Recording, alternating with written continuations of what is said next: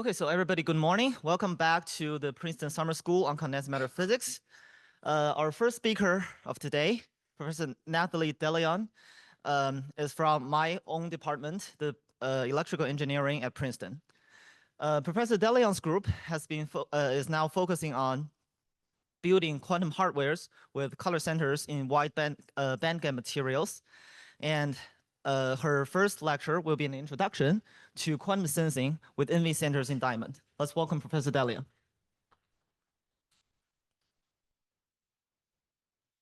Every year I put the diamond crystal structure in my notes, and then I look at it and say, I can't possibly draw this in real time. So now I have some sort of head start. Okay, so I have not been here for the last couple of days, but I gather that nobody has been doing chalk talks, so sorry for the change in format. I thought that since this is a condensed matter crowd, I would try to do a tutorial for the first hour and 15 to hour and a half or so on NV centers in diamond.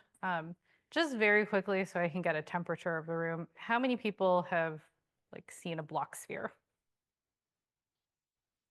Okay, it gets easier and easier as people get younger and younger.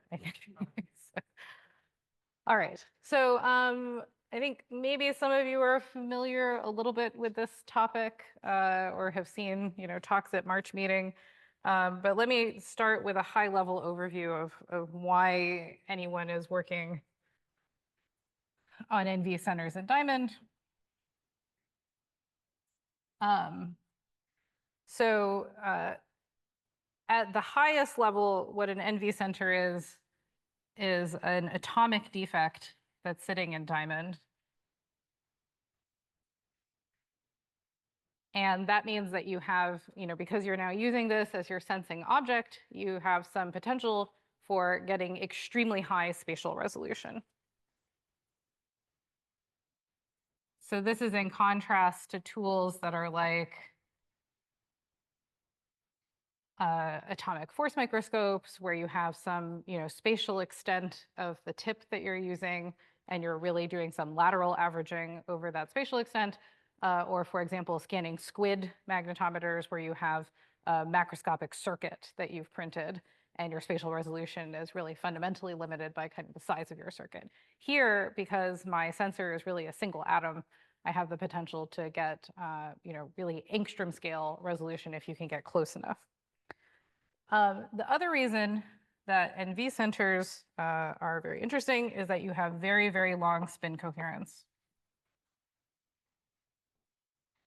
Now, most atoms, if you do things like levitate them in vacuum and trap them with lasers, have extraordinarily long spin coherence because they don't interact with anything. But usually when you have something that's sitting in the solid state, it can depolarize via phonon emission. And that means that essentially no solid state objects have very long spin coherence. Even at cryogenic temperatures, it's not that easy to find things without having to go to dilution refrigerator temperatures. But finding something that works over a broad range of conditions in ambient at room temperature is very difficult. Okay, why do we care about this long spin coherence? This gives rise to very high magnetic field sensitivity, which means that what I can do is allow this spin to sort of process for a long time, and then use that as a readout of the magnetic field. And the longer that I can have this object be coherent, the smaller a magnetic field I can measure.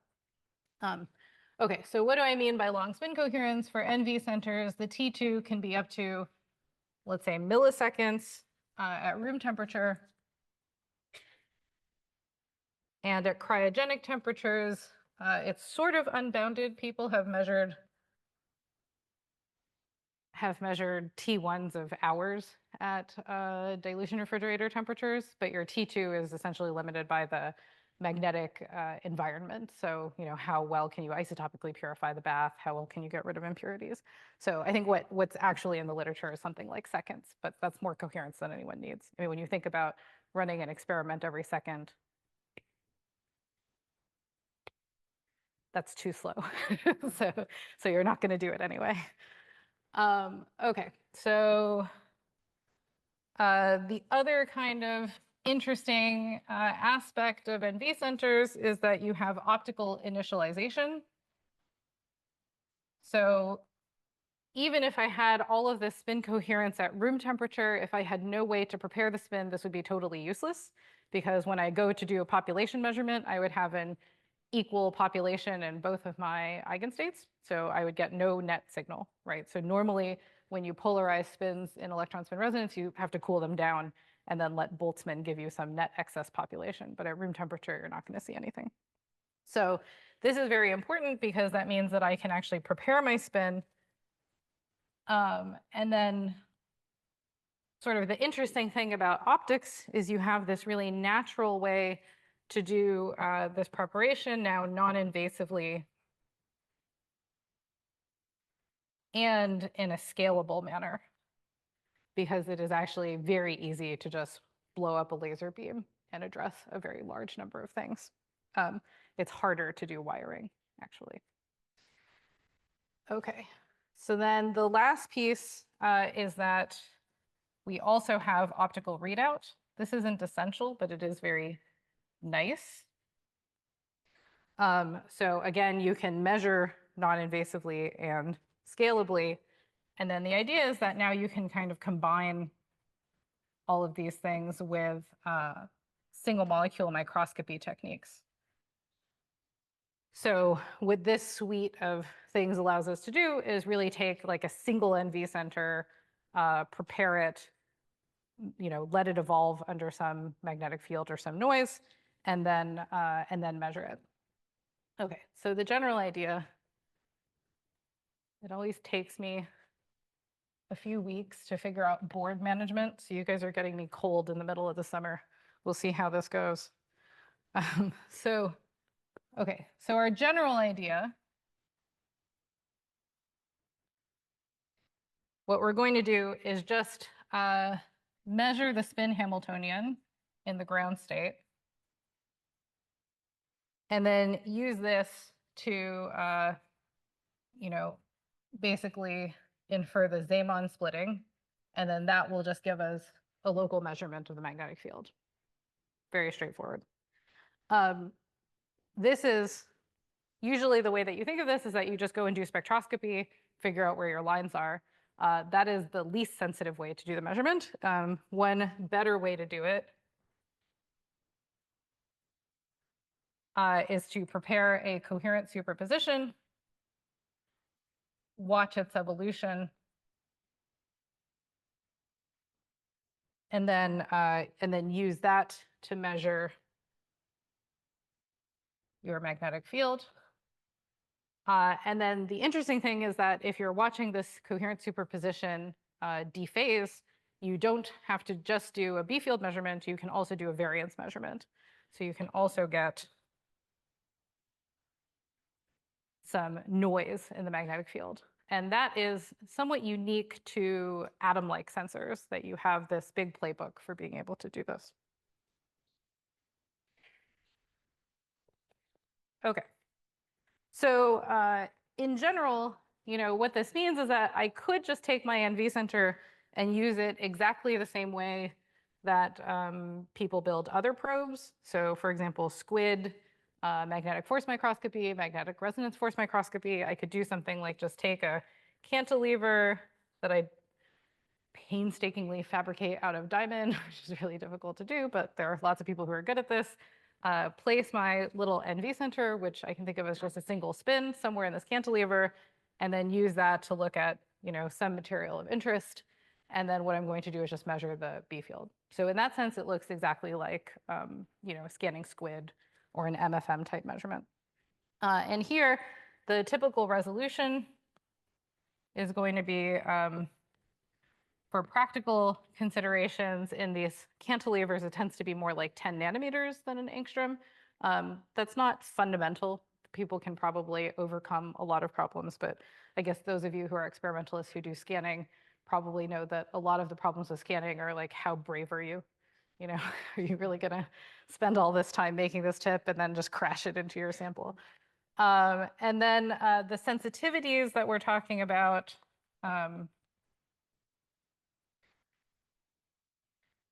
let's be really optimistic and say that people can get to something like nanotesla per root hertz. So what that means is that if I average for about a second, I can measure all the way down to nanotesla fields. So this is pretty good because it's now sort of comparable to what you can get with scanning squid, but with much, much higher spatial resolution, because for squid, you have this trade-off between the size and the noise. Okay, I put my little diamond lattice in the wrong place, so I'm going to have to write around it. But so I guess what I'll also say, well, I can just say this in words. So you could do this, but the other kind of really interesting opportunity, particularly for condensed matter systems, that is a really unique feature of these kinds of atomic systems, is that you also can measure this noise because you have a qubit.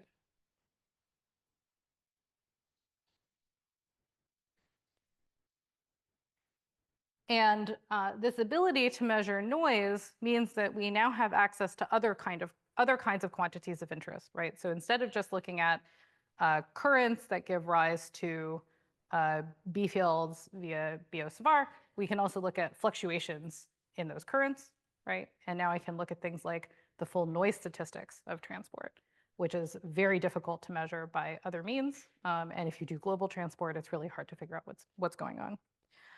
So the general kind of flavor is that what we're going to do is take NMR pulse sequences. So, mankind now has like a century of technology on how you manipulate spins with increasingly sophisticated driven Hamiltonians. And then we're going to combine that with single molecule imaging.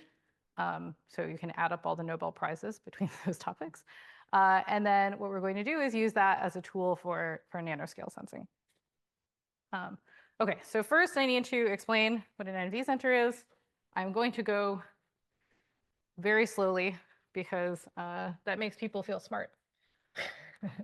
And hopefully I actually bring everyone else along. All right.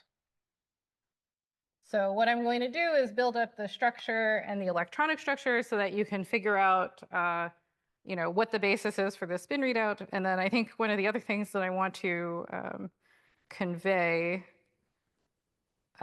is that the NV center is very special. So I'm going to try to future-proof you against snake oil salesmen who will try to sell you a different kind of sensor. All right, so the NV center is sitting in a diamond lattice. So diamond, or sorry, is sitting in diamond material, which is what the diamond lattice is named for. So we have an FCC lattice with a basis. It's all carbon. You have this sp3 bonding. Can I draw the rest of this? Yeah, let's try it. So it goes like this. And then there is another blue atom back here. Yeah, see, I totally can't do this in real time. This would have not worked at all. And then this goes to something sitting up here. All right, somehow this has to make a hexagon. All right, I'm not sure if I did it, but anyway, let's just ignore the new things that I drew. All right, so I have this tetrahedral bonding network. It looks exactly like silicon, but unlike silicon, my lattice constant is very tiny. I have something like 3.6 angstroms. So one of the consequences of this is that I have this very tight lattice with very, very strong bonding, and I have a gigantic band gap. So if I look at the valence and conduction band extrema, these things are separated by something like 5.5 eV, okay, which is a 225 nanometer photon. So this is very, very deep in the UV. And what that means is that I have a lot of optical transparency. So if I put things in here and I want to optically address and read them out, the light will get out, the light will get in and out. And I have an enormous kind of space to be able to put electronic states that are very deep defect levels. And those are going to be the basis of my qubit state. So my nitrogen vacancy center is just made up of, I take two adjacent carbons, punch them out of the lattice, and replace one of them with a nitrogen. So what I have is some configuration that looks like this.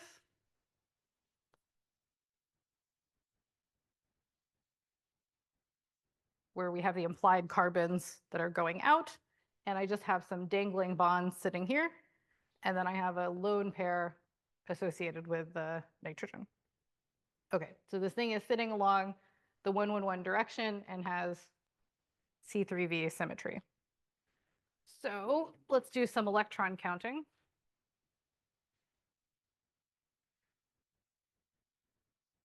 I have to like figure, oh, I see, there's a marker for where the center is. That's very helpful.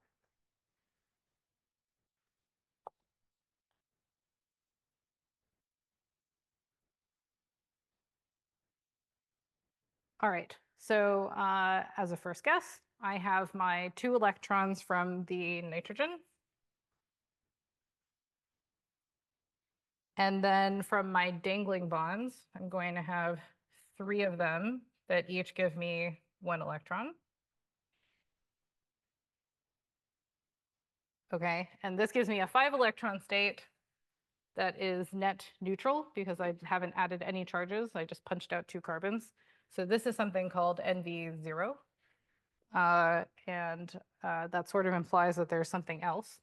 And basically, all NV centers sitting in diamond that anyone uses for anything are in the negative charge state. So this gives you NV minus. So I have 6 electrons to play with. All right, so now let's write down the symmetry allowed linear combinations of these orbitals. So sort of a reasonable guess for a basis set is going to be nitrogen and my 3 dangling bonds.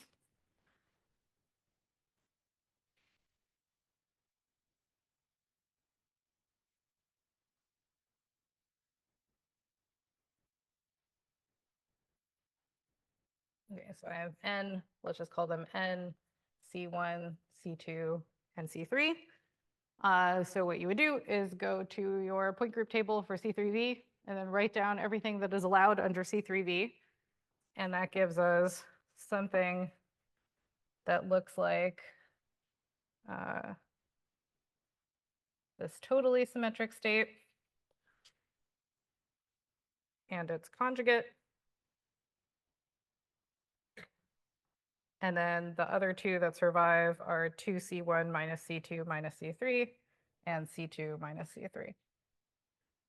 Okay, you don't have to sweat the term symbols too much, but for those of you who know, we're going to call these A1, A1 prime, EX, and EY.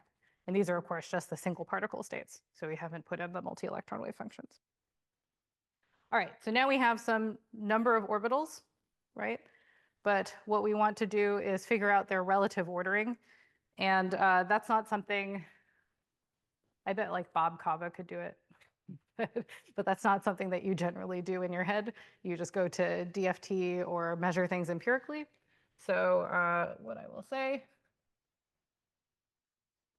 is that we can measure a lot of these things empirically, and what we get is the ordering that looks like this. A1, A1 prime, and EX and EY are degenerate. So now I'm going to fill these with 6 electrons. And by Hund's rule, this means that I have a ground state spin configuration that is spin 1. Okay. All right. So now with my spin 1 ground state, I of course have a bunch of spin basis states.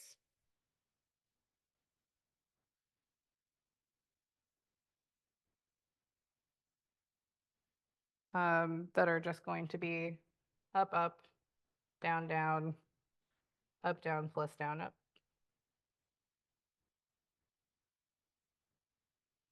And the singlet state.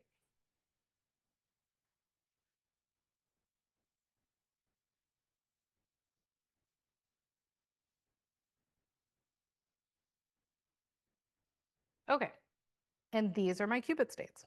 So what I'm going to do is take these 3 spin sublevels, ms equals 0, plus and minus 1, isolate 2 of them, and then use those as my manipulable 2-level system and use that to measure magnetic fields and whatever else is happening to the ground state Hamiltonian. All right. There's one other kind of weird fact about most spin 1 systems, but especially the NV center, which is that for these spin triplet states, you can also have dipolar interactions that break your degeneracy. Okay, so even at 0 magnetic field, you can have a splitting between these states that comes from either spin orbit or dipolar interactions. And this gives rise to a so-called 0 field splitting.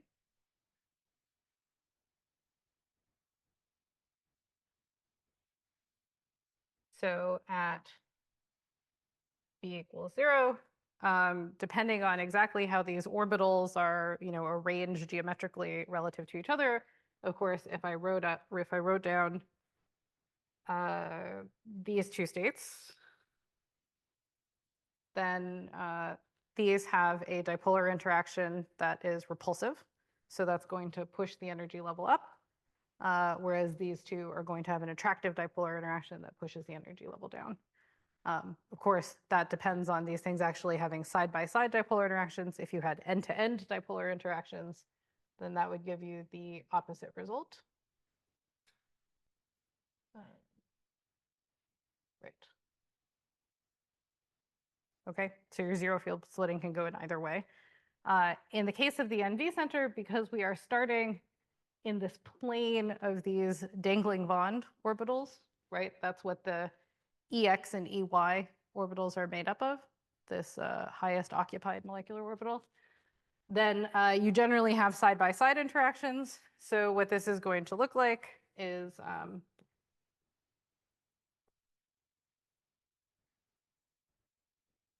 we have our ms equals 0 down here, and ms equals plus and minus 1 up here. And the spin-spin contribution gives you a whole 2.8 gigahertz, 2.88 gigahertz. So this is gigantic, right? To get these kinds of magnitudes of splittings, if you applied a magnetic field, would take something like 1,000 Gauss. So at 0 field, you're starting with kind of this bias field of 1,000 Gauss. So I'll just mention that there are orbital excited states, and then those can have their own 0 field splittings that are not the same. In the NV center at room temperature, it turns out to be half. So you have an orbital excited state with a 0 field splitting of 1.4 gigahertz. In this case, it's dipolar interactions. The spin orbit coupling is pretty small compared to dipolar interactions. But your 0 field splitting can come from both.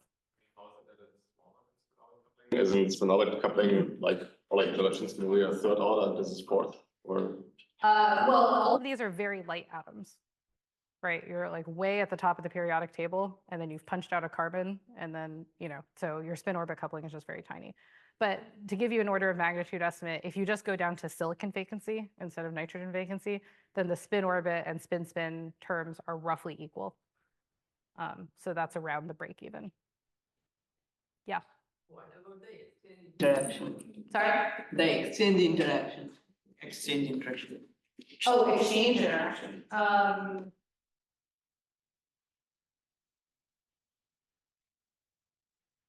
would you write that down for a single 2-electron wave function?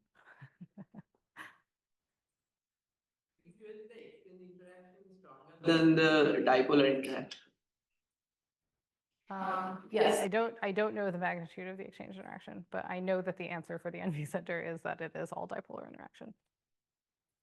And that's the answer for all organic molecules too. Like pentacene has this triplet excited state that has a 0 field splitting, and that 0 field splitting is 100% dipolar. change the Hund's coupling here? Sorry? Wouldn't be the exchange the Hund's coupling here? Oh, that's mediating the dipolar interaction, maybe. Yeah, actually, yeah.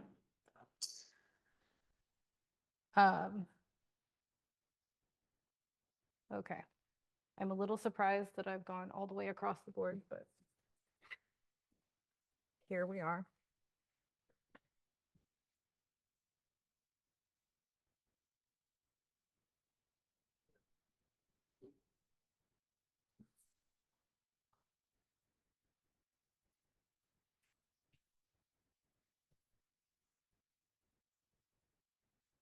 I have to say, it's really great that the IAS springs for the good chalk. All right. So we can also build up all of our orbital excited states.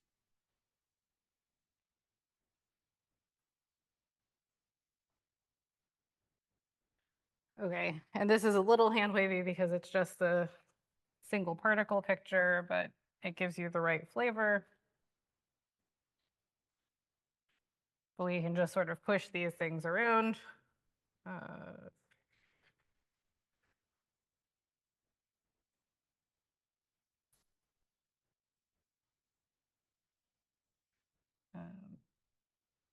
Maybe let's just do 2, 3 of them.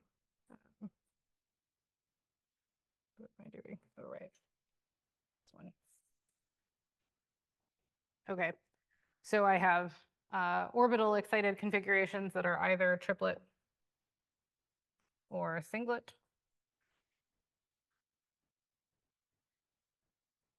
And again, you can make hand wavy arguments about whether you expect Coulomb to dominate over these single particle splittings, but we can also just empirically get measurements of all of these things. And the key thing here is that remember that we had this 5.5 EV headroom for all of these states to exist. And where they actually appear is that all of them are deep defect levels. So if I write down my ground state, it's at something like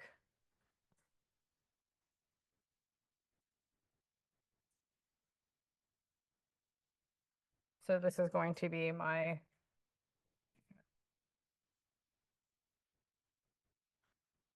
ground state configuration, but now my excited state configuration is only 1.9 EV away from that.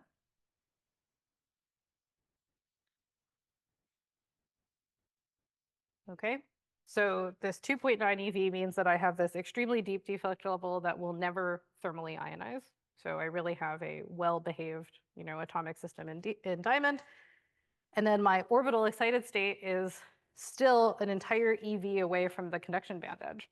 So that is also a very deep defect level. So I can put in photons, shuffle electronic population around all of these orbitals, and they never care about the surrounding lattice, right? For all to first order and even to second and third order, this thing essentially just looks like a molecule that is sitting in vacuum. Okay, and I only have to worry at very high excitation powers about multi-photon excitation out of this manifold. Is there a critical density of effect centers that if you put in too many, do they couple and change this picture somehow?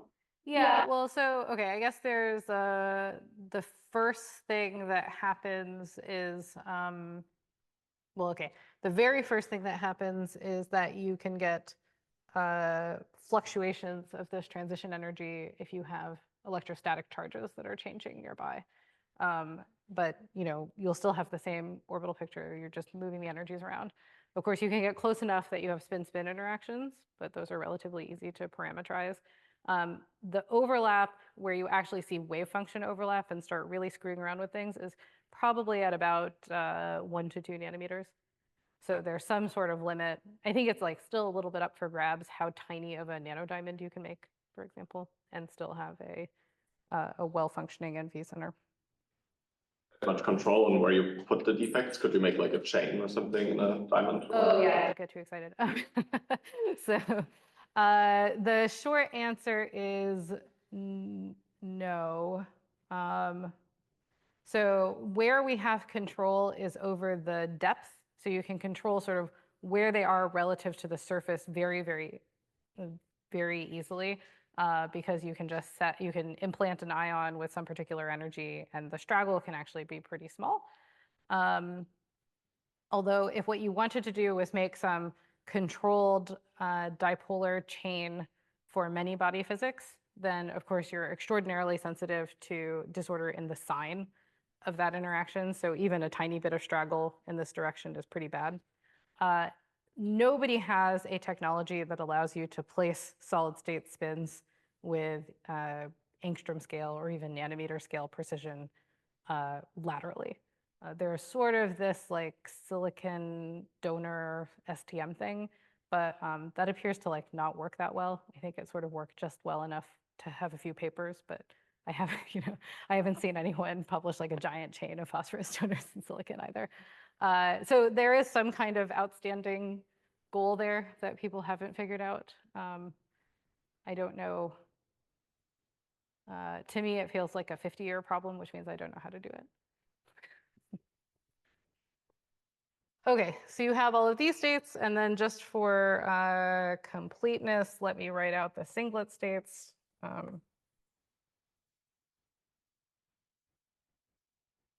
Which are around 1 eV from the valence band edge, and then have an optical transition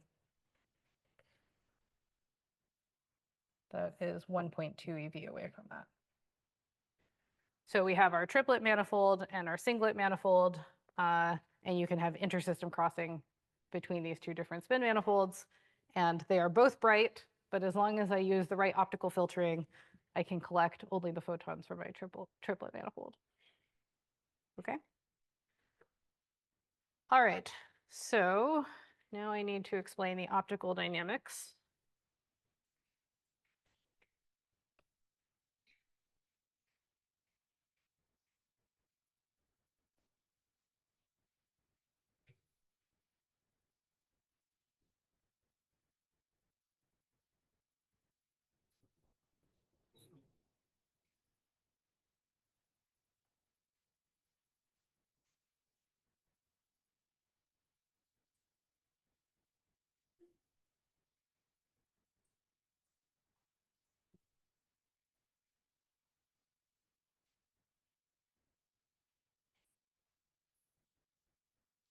I'll redraw my line.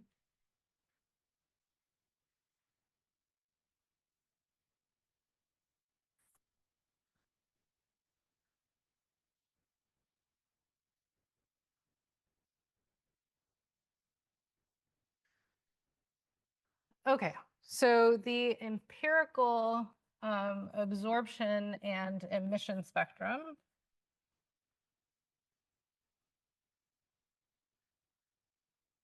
looks like this.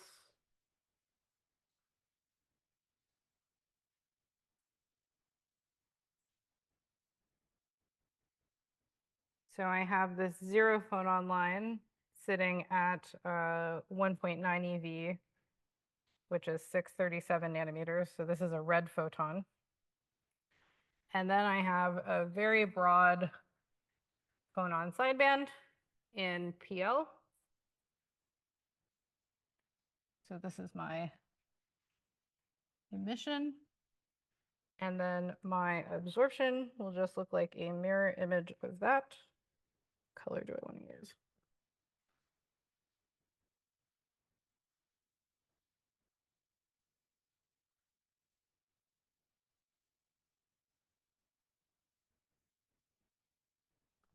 Okay, so I have some 0 phonon line where I can do coherent optical manipulation, but then I also have this very broad phonon sideband. And where this phonon sideband arises from is really Frank Condon overlap from distortions in the excited state. So it comes from I have a bunch of vibronic excited states, and I can now excite, far off resonance. I'll relax down here, but then I can emit all of these different wavelengths and emit photons back into the ground state. So because this comes from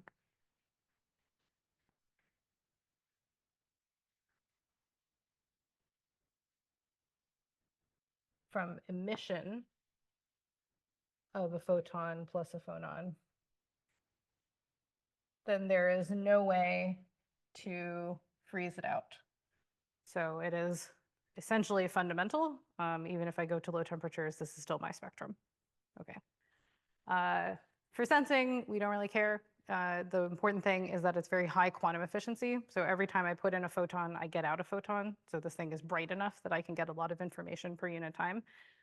The fact of this phonon sideband and also the changes in transition energy that we talked about earlier are why quantum networks with these things are really hard, and anything that you want to do with quantum optics are really difficult. But for sensing, we don't care. Okay, this also means that in absorption, my peak absorption is actually sort of off of this 0 phonon line, so I can get away with shining green laser pointer light, which is great. Super easy lasers. So I put in a green laser, I collect this broad band from 637 to 800 nanometers, something like that. Okay, so there's also some excited state fine structure, but the splittings from sort of spin-spin and spin-orbit coupling, the scale is something like 10 gigahertz. So by the time you get up to room temperature, all of this stuff averages out. So at room temperature, the excited state fine structure doesn't matter at all.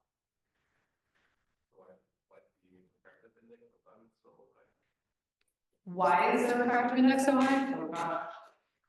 I don't know.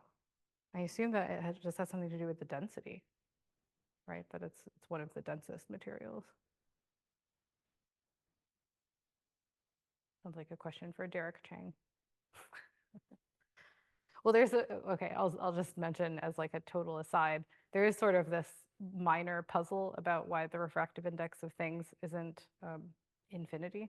Like you sort of get this, you bring, if I just take an atom floating in vacuum, the polarizability can be, extraordinarily high. But now when I pack them into solids, somehow the dielectric constant of everything is like less than 10. And it's not 100% clear why that's true. Okay, anyway. So now what we want to solve for are all of the optical dynamics when I start to drive the system. So I put in a green photon. And then what happens?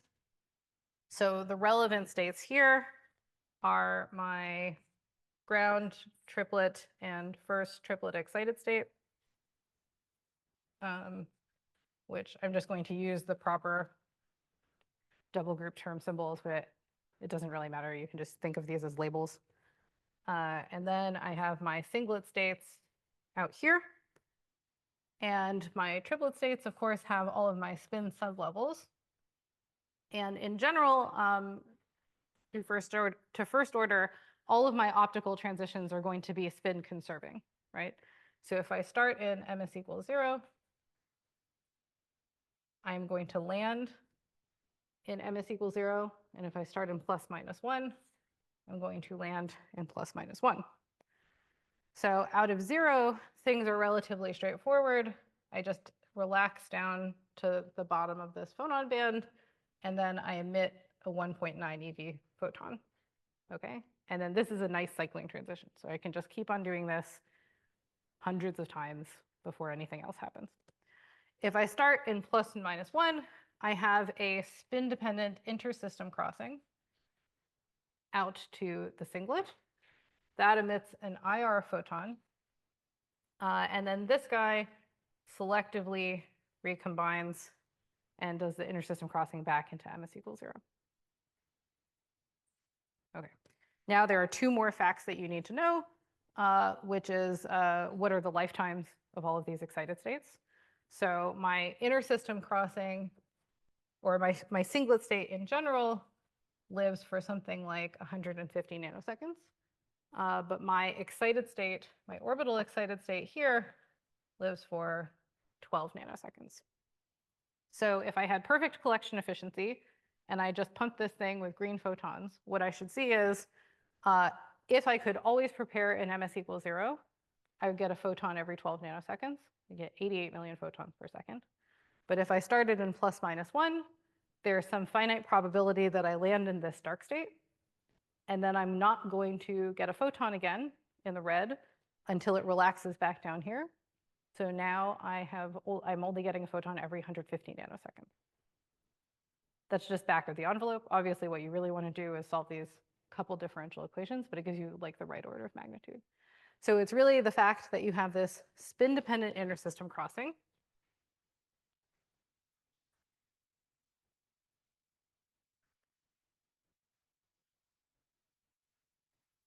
And the fact that my singlet state lives for much longer, about 10 times longer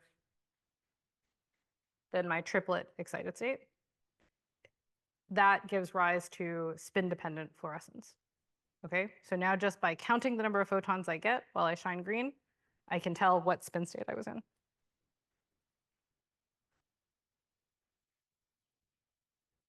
Oh.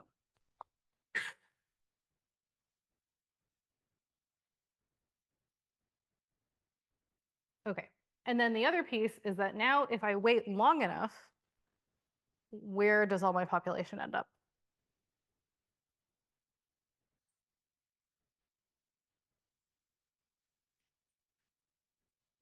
So you think everyone's listening, and then it turns out that nobody is listening. The ground state. But which spin level? Spin 1. Sorry? Spin 1. Spin 0. Right? So if I wait, bring this down. So let's say I started with a statistical mixture in ms equals 0 and plus minus 1, which is what you should get at room temperature. Then the part of the population that was in 0, I go up to the excited state, I just come back down to 0, so that's preserved in 0. But the part that was in plus minus 1 goes through this intersystem crossing and then comes back down to 0. So I wait long enough and everything comes back down to 0 with some, higher than 50% or higher than 30% probability. Minus 1 state. Oh, you absolutely will if you wait long enough. But so now the question is, well, okay, maybe actually that's a very good question. So if I had, this is one of my favorite quals questions to ask. If I had a spin sitting in vacuum and it was staring at room temperature walls, so everything is at 300 Kelvin, and I managed to initialize it in one eigenstate, how long would it take to flip? How long would it take for me to have non-unitary dynamics into the mixed state?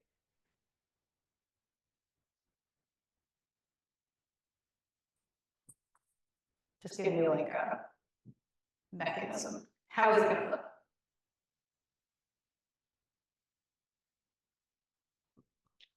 It only has one thing that it can do. Black body radiation, right? So your only option there is black body radiation. And then what you can ask is how much black body radiation do I have at the megahertz or gigahertz scale or whatever it is that I have set for my spin? And the answer is essentially none. So it takes many, many times the lifetime of the universe. I don't remember what exactly the number is, but you never see it flip. Okay, in the solid state, obviously things flip all the time, but the reason that they flip is because of phonons. So the question that you want to ask is how fast is the spin lattice relaxation? And that spin lattice relaxation at room temperature is the number that I gave you at the beginning, which is this 10 milliseconds, a few milliseconds to 10 milliseconds. So that's how long it will take to reestablish thermal equilibrium, which in quantum land is infinity. That's fine. 10 milliseconds. No one's going to do anything with that anyway. Okay, so here we go. All right, so we have both readout and ISC back to ms equals 0. And we have initialization.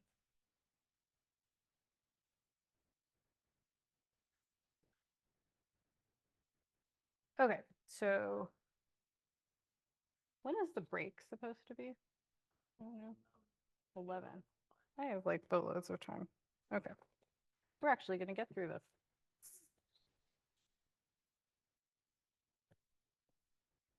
Okay, so now if I just write my state-dependent photoluminescence,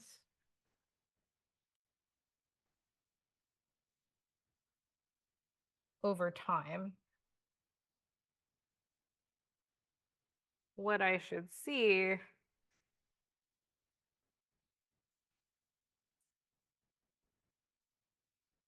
is that if I start in ms equals 0, then, I have some optical pumping, I reach some steady state, and then I end up with some, steady state population in ms equals 0, and I just keep on collecting photons.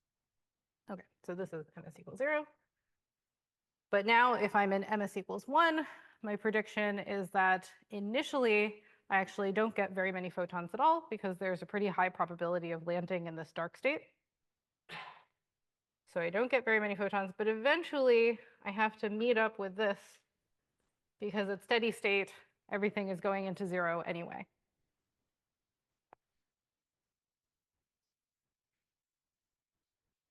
Okay, and what is the rough timescale for these things to come back together?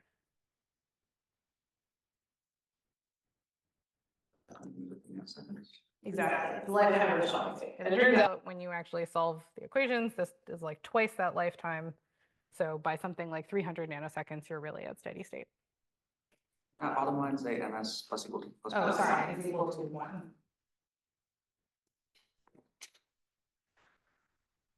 Difficult to write and talk at the same time.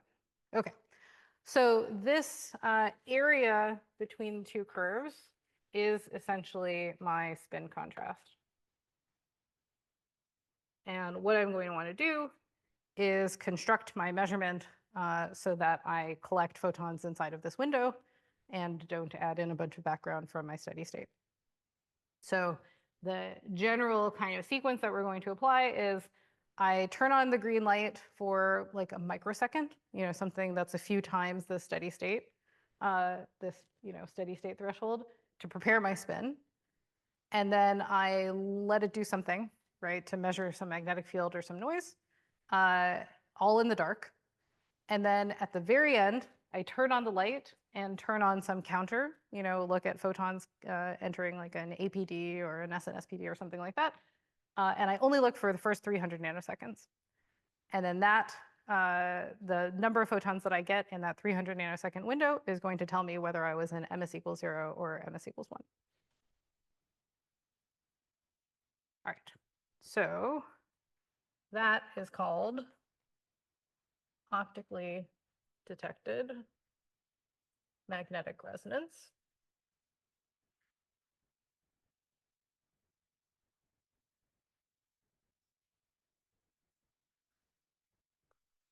So now the thing that I can do is, what I'm trying to do is basically use this cycling transition as the thing that is bright that will report on how much of my population is in ms equals 0. So this thing will emit photons. And then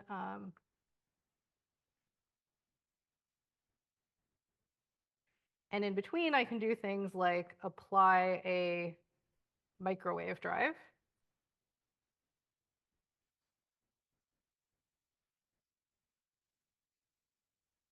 Around the 0 field splitting. So I'm going to start with something that's close to 2.8 gigahertz and then vary the microwave frequency to do spectroscopy on the ground state. So what I should see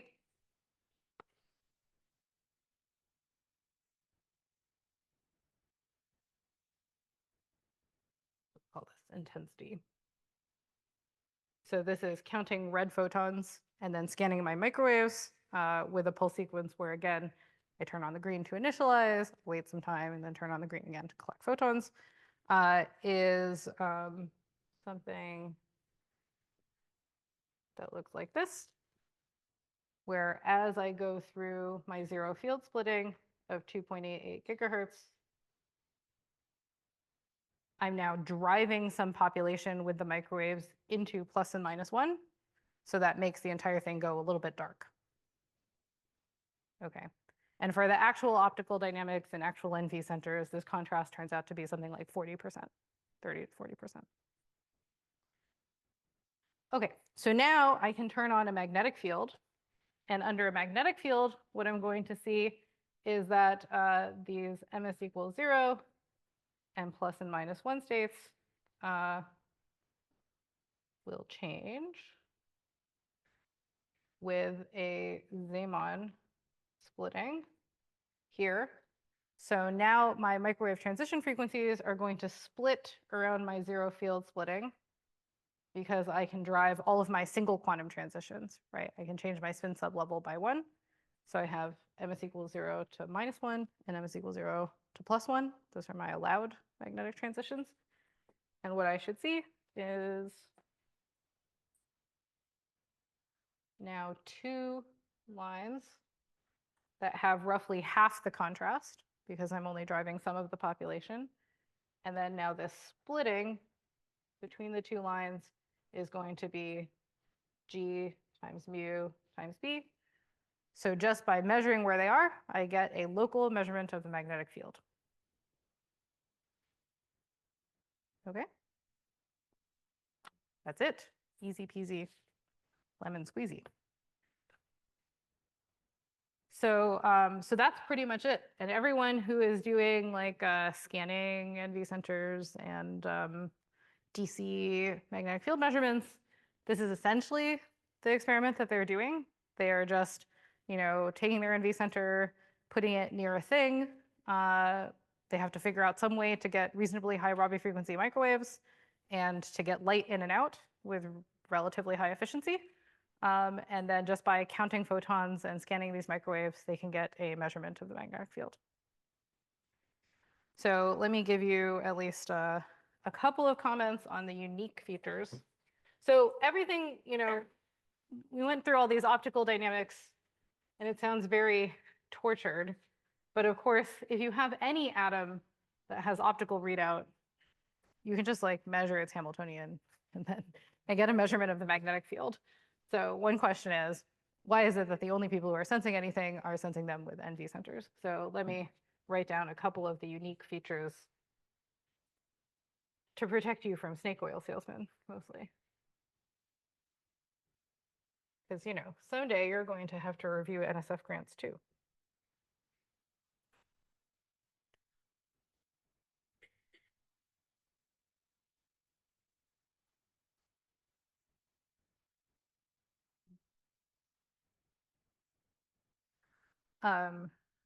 Okay, so the first is, of course, this fact that I already mentioned, that my qubit states are very long-lived.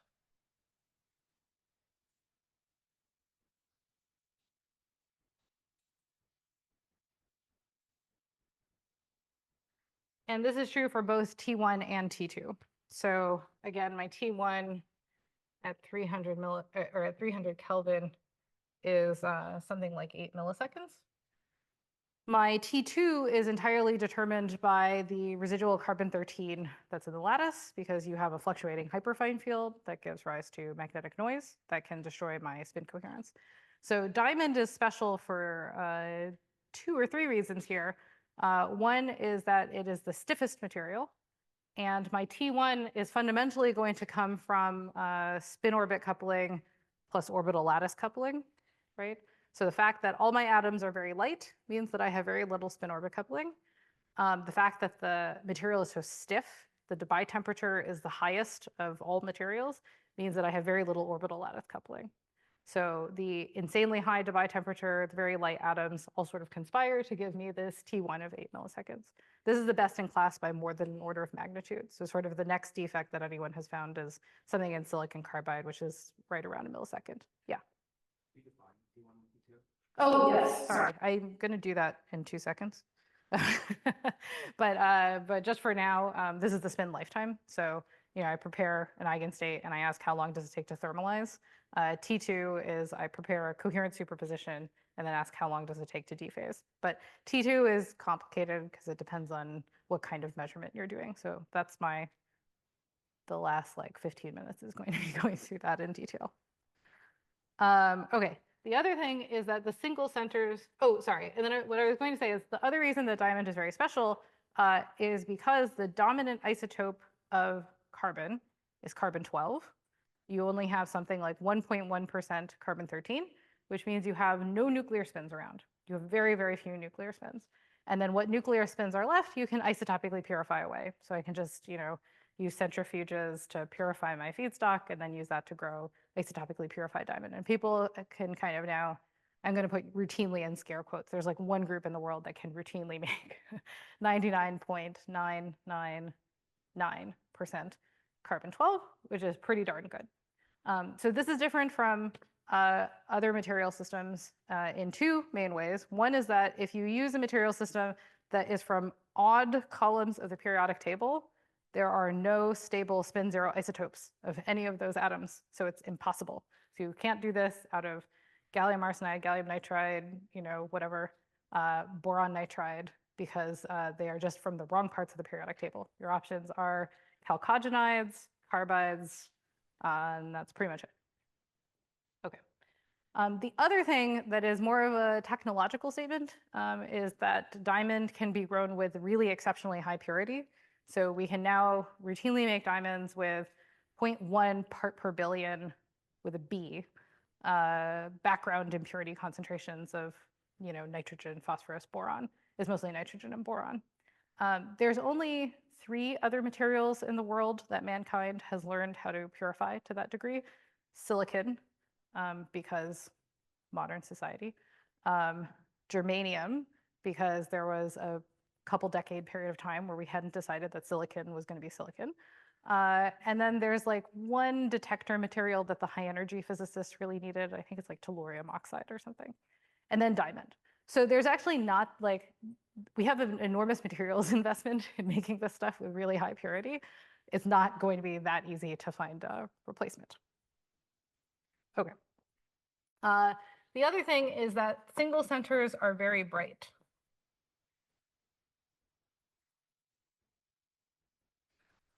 So it's not enough to have optical readout and optical initialization. I also need to get enough photons per unit time that I can actually get the information out of the system. This excited state lifetime of 12 nanoseconds means that I should be able to get almost 100 million photons per second.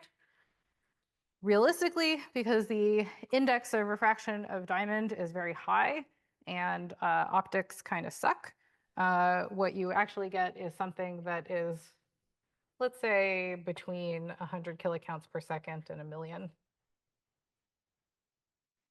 And you can do some photonic engineering, there's some room for improvement. But usually this factor of 100 you kind of live with in real material systems. But this is more than enough because the dark count rates on modern detectors are like 100 counts per second. So this is more than bright enough for me to just take a bunch of undergrads and stick them in the lab and tell them they have to see single NV centers within a week, and they can do it. So, you're not sitting there waiting for photons for too long. Okay, and then I'll just mention, this isn't really that important, but I guess you should keep in mind the basis for all of this room temperature ODMR and stuff is really that you have this spin-dependent inter-system crossing to a pretty long-lived dark state, but it's not too long. If this dark state lived for like many seconds, this would be extremely painful because it would mean that I have to sit there and try to polarize my spin for seconds. And the duty cycle of my experiment would take a really long time. So the fact that these are well separated by an order of magnitude, but they're not painful is actually very important. Okay, so how do I use this for sensing? So now I need to understand ground state dynamics.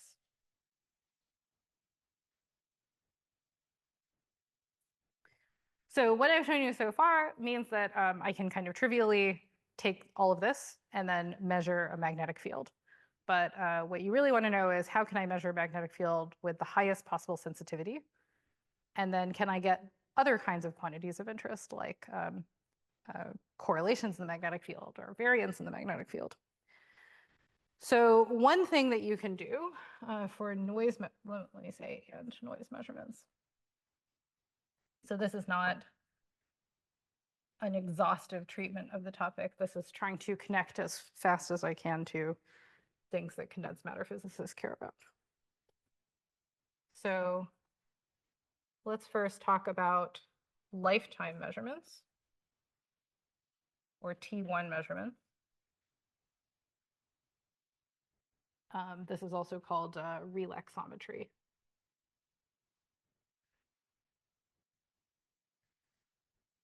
So if I draw a block sphere where I put, let's say, ms equals 0 at the top of the block sphere, and then I just pick, I apply some bias field so that I'm only looking at ms equals -1 or ms equals +1. I pick one of these transitions to sit at. So the bottom of my block sphere is 1. Then what a T1 measurement is I prepare, oh, I can use different colors. What should my NV center be? Blue. Can anyone see blue? Yeah, that's good. All right, so I'm going to prepare an ms equals 0, and then what I get are non-unitary dynamics that lead to relaxation of this state. So what does that look like on my block sphere?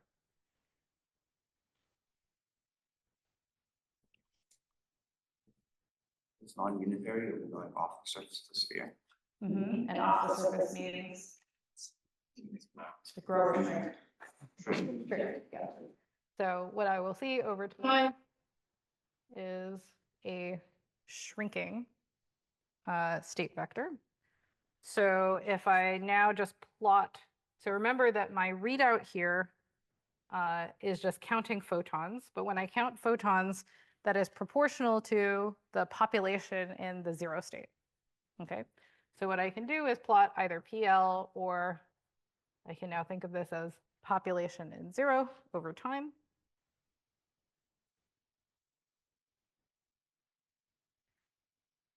Let me put my 0.5 lower so that it's easier. And what I will see is just exponential decay down to a mixed state. Yes. If we're willing to do this with a single nitrogen vacancy, how do we class population? Excellent question. So ensemble measurements, where you're talking about averaging over populations of many things, are always formally exactly the same as a single thing that I measure for where I do ensemble averaging over time. So what I'm going to do are repeated measurements over time. And here's kind of a not so nice thing about NV centers, but remember that the basis of our readout here is that we have it go dark for like 300 nanoseconds. So I can take 300 nanoseconds times 100 kilocounts per second. In every shot of this measurement, I'm only getting 0.03 photons. So we are nowhere close to doing single shot readout of this qubit state. So any measurement I do is averaging over 100,000 or even 1 million shots. So what I'm looking at is now an ensemble average in time. Okay. So how do we connect this to anything that we want to measure in some material system?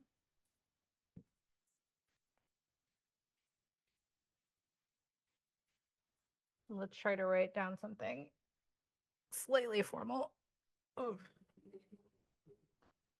So let's assume that I have my NV center next to something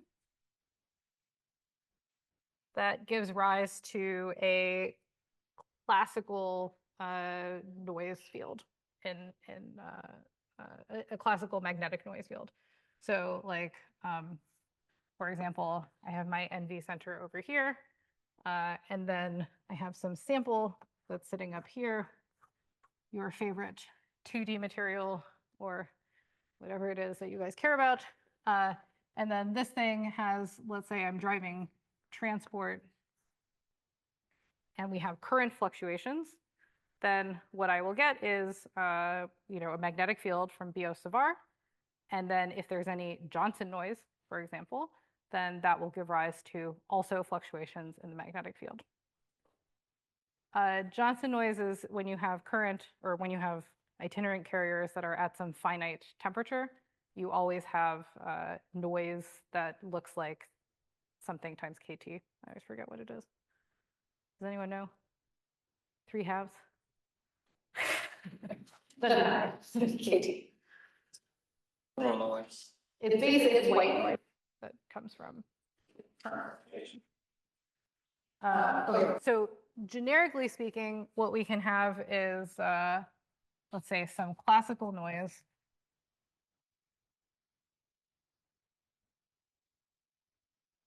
And this is going to, generally look like some variation in my B field.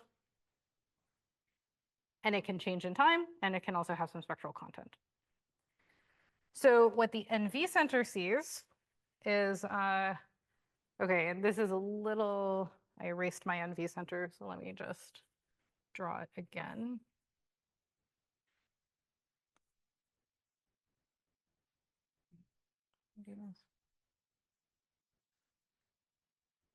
Okay, so remember that this thing has some particular orientation in the lattice, and I have a zero field splitting.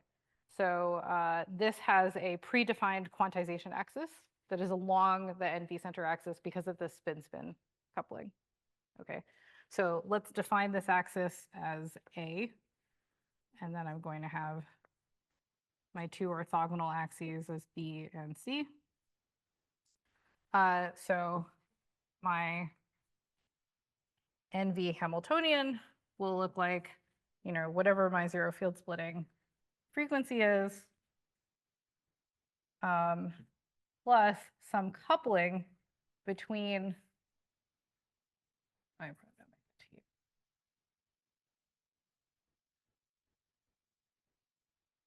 my spin and this external classical B field. Okay, so now what I want to ask is, what are the dynamics of the ground state under the influence of this B field?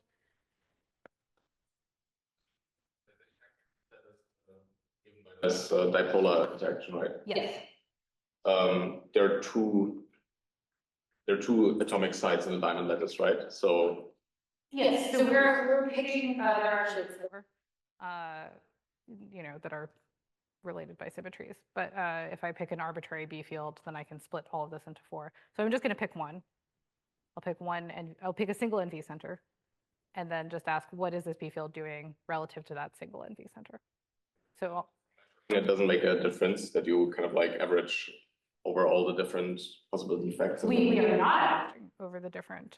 The whole point is that I can take a confocal microscope and NV centers that are spaced far enough apart that I can really pick one and sit on that one, and then I can figure out what its orientation is because I can just look at this ESR spectroscopy as a function of magnetic field. So everything is easy. Okay, so what I have is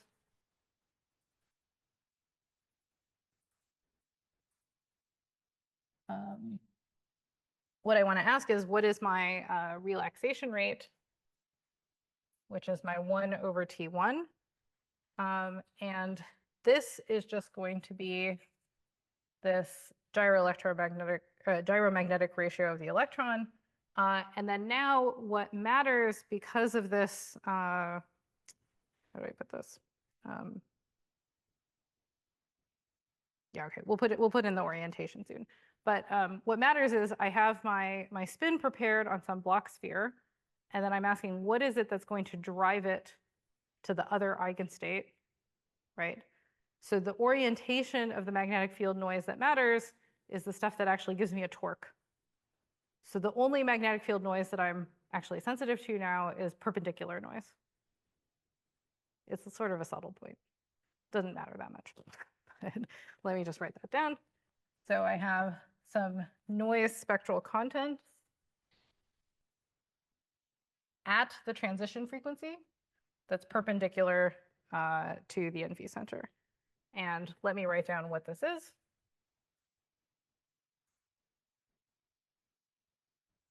This is just going to be an integral over time of e to the I omega naught t and then times some magnetic field correlator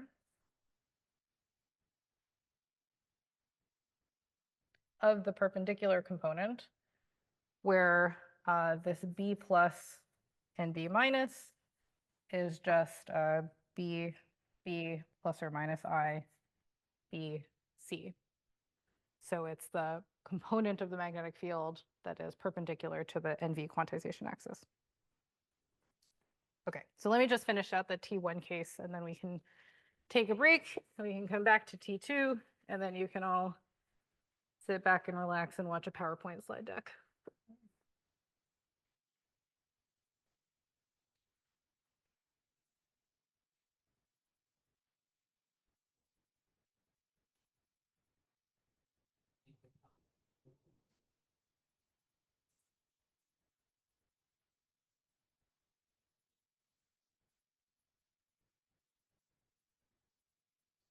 I didn't actually have to erase both boards, but once you stop using your system, then everything goes to chaos.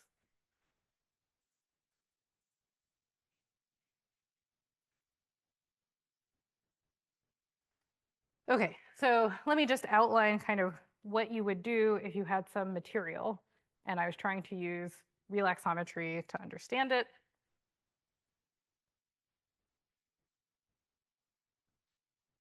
So if my material has some AC response, that will generically look like some conductivity as a function of momentum and frequency, then you would use the fluctuation dissipation theorem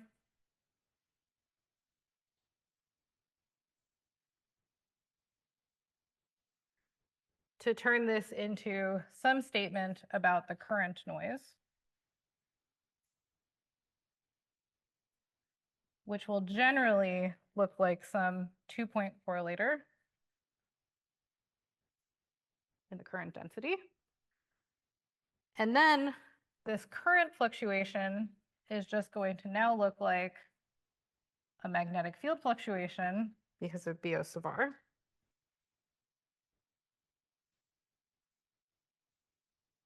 So now we have some field correlator.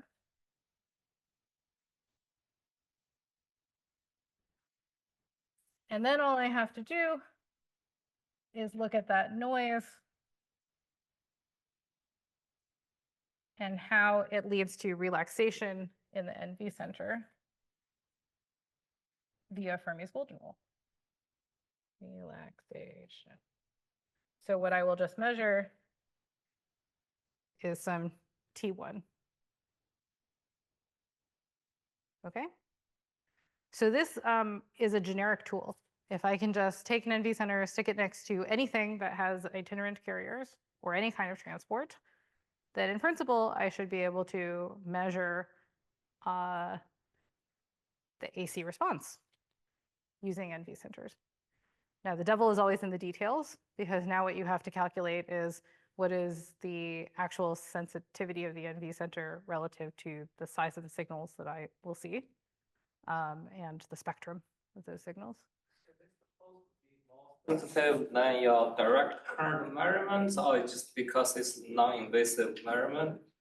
Oh, yeah. So, well, okay. There's a few answers to this, many of which are sociological, but some are actually technical. So there's, of course, a very large graveyard of people who have done noise measurements to try to see some of these phenomena just by doing transport. I think the main two reasons why that is very difficult to do are that, one, when you do global transport, you're averaging over your entire device. So now if you want to look at the statistics of the noise, do you know that the noise that you're seeing in global transport is due to the channel that you're interested in, or is it like the edges of your device or weird things happening at the contacts? It's just very difficult to do. I think more fundamentally, though, an enormous amount of physics that is interesting is intrinsically heterogeneous. So it's not just the trivial heterogeneity that you get because material systems are kind of wonky and you get domains. But even when you look at very, very small length scales, you can get electron-electron interactions that give rise to heterogeneity. So, so the idea here is that because you have this very local probe that is very sensitive, then you can do a local noise measurement that gives you a local AC response. So I think that's kind of the promising frontier. Yes. You can't get all of the Q dependence, right? Like you're only going to get really, really long wave, really short wavelengths, right? So it's going to be averaged. Yeah, so it's that's a very good question, and I actually have a plot that I will show you guys later that shows sort of what range of Qs can you see. So roughly speaking, you can get your NV center within a few nanometers. So 1 over a few nanometers is the Q.